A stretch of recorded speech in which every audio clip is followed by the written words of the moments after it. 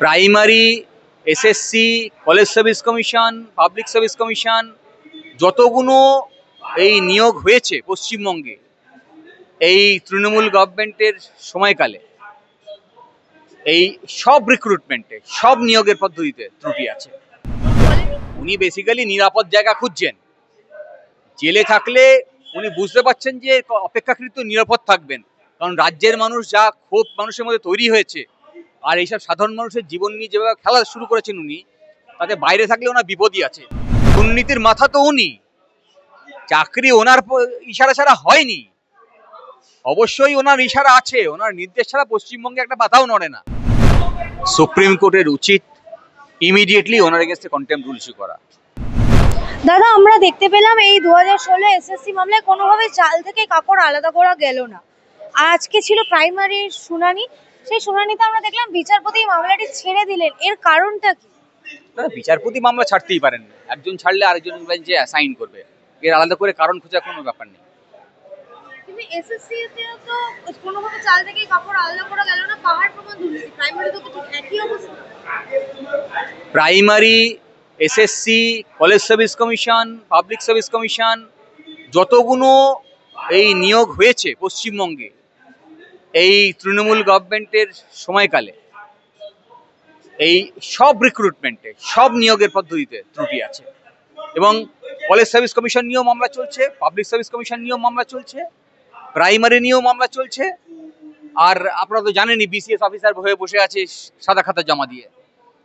ফলে যদি বিচার হতে শুরু হয়, তাহলে এই যত মন্ত্রী, নেতা মন্ত্রী এতদিন পর্যন্ত মন্ত্রিত্ব করেছেন বা এখনো করছেন, তারা সবাই জেলে যাবে, আর সঙ্গে সরকারি আধিকারিকরাও যাবে, কারণ তারাও একই ভাবে যুক্ত। স্যার, এই যে আপনি জেলে যাওয়ার প্রসঙ্গ বললেন, মুখ্যমন্ত্রী কি ভয় পাচ্ছে জেলে যাওয়ার? কারণ কি উনি গত বৈঠকেও বলেছিলেন যে আমাকে জেলে পাঠালে পাঠান। এই বৈঠকেও তিনি বললেন যে জেলে ভরে দিলেও আই ডোন্ট কেয়ার। জেলে ভরার প্রসঙ্গ তো ওনাকে কেউ বলেনি। উনি বেসিক্যালি নিরাপদ জায়গা খুঁজছেন। জেলে থাকলে উনি বুঝতে পারছেন যে অপেক্ষাকৃত নিরাপদ থাকবেন, কারণ রাজ্যের মানুষ যা ক্ষোভ মানুষের মধ্যে তৈরি হয়েছে, আর এইসব সাধারণ মানুষের জীবন নিয়ে যেভাবে খেলা শুরু করেছেন উনি, তাতে বাইরে থাকলে ওনার বিপদই আছে। কিন্তু দাদা, তিনি অভিযোগ করেছেন যে 2022 থেকে এই নোংরা খেলা শুরু হয়েছে। নোংরা খেলা শুরু হয়েছে যবে থেকে উনি রাজ্যের মুখ্যমন্ত্রী হয়েছেন, তবে থেকে এইসব দরিদ্র পরিবার থেকে উঠে আসা, লেখাপড়া শিখেছে যারা কষ্ট করে, তারা একটা চাকরির জন্য চেষ্টা করে যাচ্ছে। প্রথমত তো এতদিন ধরে কোনো নিয়োগ নেই, 2016 সাল থেকে নিয়োগের কিছু শুরু হয়েছে নোটিফিকেশন, আর প্রতিটি নিয়োগ হচ্ছে টেন্টেড, প্রতিটি নিয়োগ। হ্যাঁ, যেখানে এই নিয়োগ প্রক্রিয়াগুলোর মধ্যে করাপশন একেবারে ঢুকে আছে। হ্যাঁ, করাপশন ছাড়া কোনো নিয়োগ হয়নি। ফলত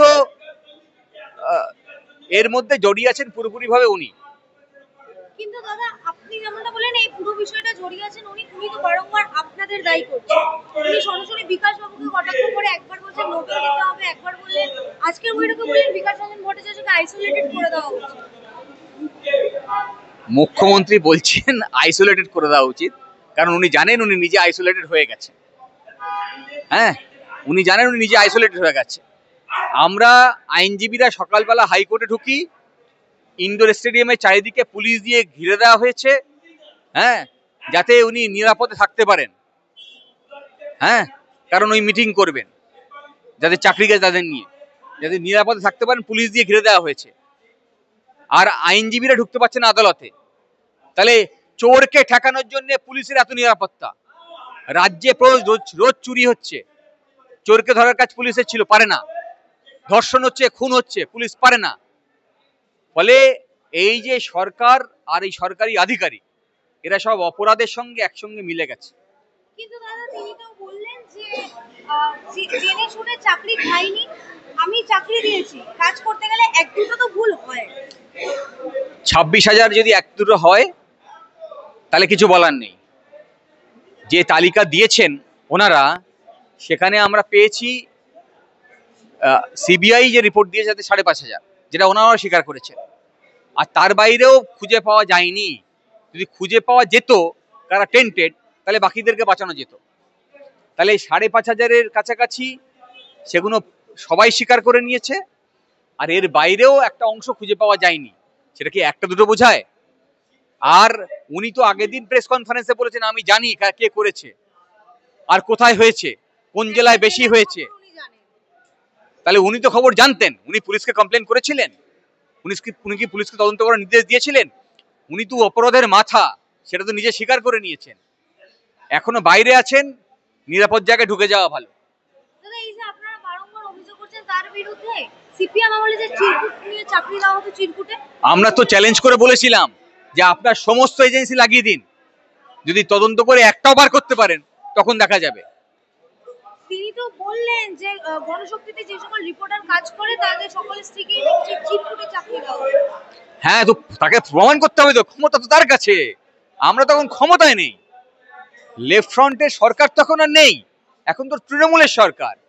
আর ওয়েস্ট বেঙ্গল পুলিশ বা কলকাতা পুলিশ, তাদের যে ডিটেকটিভ এজেন্সি, তার সাথে চালায় মমতা ব্যানার্জি। হোম মিনিস্টার তো তিনি, বার করতে পারছেন না, এত বাতেলা কেন? উনি বার করে দেখান না। কিন্তু উনি কারোর চাকরি খায়নি, উনি এই রায়ও মানতে পারছেন না। উনি তো চাকরি যার খাওয়ার দরকার ছিল তা তো খাননি, কারণ সেই চাকরি তো উনিই দিয়েছেন। উনি খাবেন কি? দুর্নীতির মাথা তো উনি। চাকরি ওনার ইশারা ছাড়া হয়নি, অবশ্যই ওনার ইশারা আছে, ওনার নির্দেশ ছাড়া পশ্চিমবঙ্গে একটা পাতাও নড়ে না।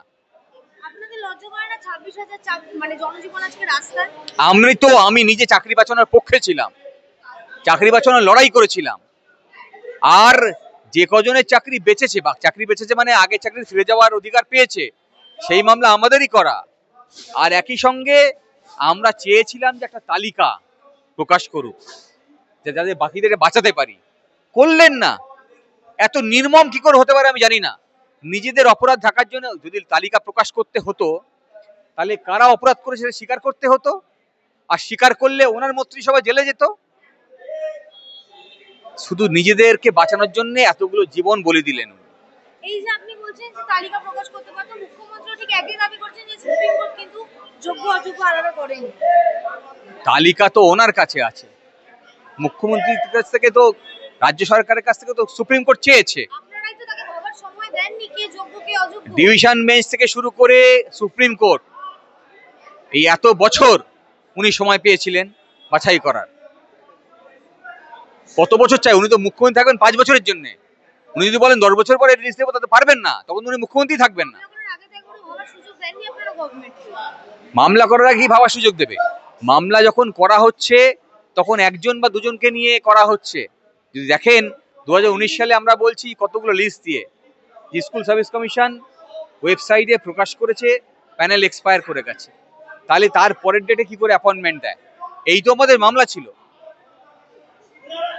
তারপরে কেঁচো খুঁড়তে দেখা গেল এত বড় কেউটে আছে, সেই সব কেউটে তো উনিই লুকিয়ে রেখেছিলেন। ওনার পুলিশের কাজ তো খুঁজে বার করা, পুলিশের ইন্টেলিজেন্স থাকে না, তারা কে কোথায় অপরাধ করছে খুঁজে বার করে তো। হ্যাঁ, এখানে একটা গালাগাল দিলে এক্ষুনি পুলিশ ছুটে আসবে, এটা আপনাকেই ধরবে। হ্যাঁ, মুখ্যমন্ত্রীর বিরুদ্ধে কেন বলেছেন? হ্যাঁ, অম্বিকেশ মহাপাত্র তো মনে আছে, রাত্রেবেলা ধরেছিল। হ্যাঁ, ডাক্তারের বাড়ি রাত্রি 2টোর সময়, যে জুনিয়র ডাক্তাররা আন্দোলন করছে, রাত্রি 2টোর সময় বাড়ি নোটিশ দিতে যাচ্ছে। সব তো পুলিশ খোঁজ রাখে, শুধু খোঁজ রাখে না, মমতা ব্যানার্জি আর তার মন্ত্রিসভা কখন টাকা নেয়, ঘুষ নেয়। মুখ্যমন্ত্রী কিন্তু একেবারে হুঁশিয়ারি দিয়েছেন তিনি রয়্যাল বেঙ্গল টাইগারের মতো লড়াই করবেন। হ্যাঁ জানি তো, এই আছে খেলনা বাঘ, আওয়াজ করবে, কিছু করতে পারবে না, কারণ উনি জানেন আমি নিজে চুরি করেছি। কিন্তু দাদা অন্যদিকে তিনি একেবারে বলছেন যে তাদের আশ্বাস দিয়েছেন যে আপনারা কাজ করুন, গভর্নমেন্ট থেকে তো আপনাদের কোনো লেটার দেওয়া হয়নি, আমি বিকল্প ব্যবস্থা নেব। সুপ্রিম কোর্টের উচিত ইমিডিয়েটলি ওনার এগেইনস্টে কন্টেম্পট রুল ইস্যু করা। আচ্ছা, তার বিকল্প ব্যবস্থা কি হতে পারে? ওনার উচিত ইমিডিয়েটলি পরীক্ষা নিয়ে সকলের ব্যবস্থা করা, আরো একবার বলছি, অথবা ইমিডিয়েটলি তালিকা প্রকাশ করা, যাতে আমরা আরো একবার চেষ্টা করতে পারি বাকিদের বাঁচানোর জন্য। তিনি তো বললেন কারোর চাকরি যাবে না। যদি উনি নিশ্চিত করতে পারেন আমি খুশি হব। যদি যোগ্য প্রার্থীদের চাকরি বাঁচানো যায়, আমার থেকে খুশি আর কেউ হবে না। দাদা আমার একেবারে শেষ প্রশ্ন, আজকে যে এই নেতাজি ইন্ডোর স্টেডিয়ামে যে বৈঠকটা ছিল, যেমনটা জানা যাচ্ছে তার পাসও নাকি বিক্রি করা হয়েছে, এবং যাদের কাছে পাস আছে তাদের জিজ্ঞেস করে তারা বলেছে এসএসসি নাকি 2023-এ ওএমআর শিট পাবলিশ করেছিল, সেই ওএমআর শিট দেখে তাদের যোগ্য বলে বিবেচনা করে তাদের পাস দেওয়া হয়েছে। ওএমআর শিট থাকার পরেও এসএসসির এত বড় যে ব্যর্থতা, এটা কেন? যাদেরকে পাস দিয়েছেন যদি তারা যোগ্য বলে মনে করেন রাজ্য সরকার, তাহলে ইমিডিয়েটলি সেই তালিকাটা সুপ্রিম কোর্টে দিক না, সুপ্রিম কোর্ট বিচার। তারা দেখাচ্ছে ওএমআর তাই তো বলছি, সুপ্রিম কোর্ট সে কথা বলছে যে আপনারা একটা বলছেন যে আমাদের সব ওএমআর শিট আছে, 2018 সাল থেকে 23 সাল পর্যন্ত যতজন আরটিআই করে তাদেরকে ওএমআর দিয়েছেন, তাহলে কেন এসে বলছেন যে আমাদের ওএমআর ডিস্ট্রয় করে দিয়েছি? কি লুকানোর চেষ্টা করছেন? এটাই তো প্রশ্ন। সুপ্রিম কোর্ট তো সেই জন্যই বললো কভার আপ করার চেষ্টা করছে।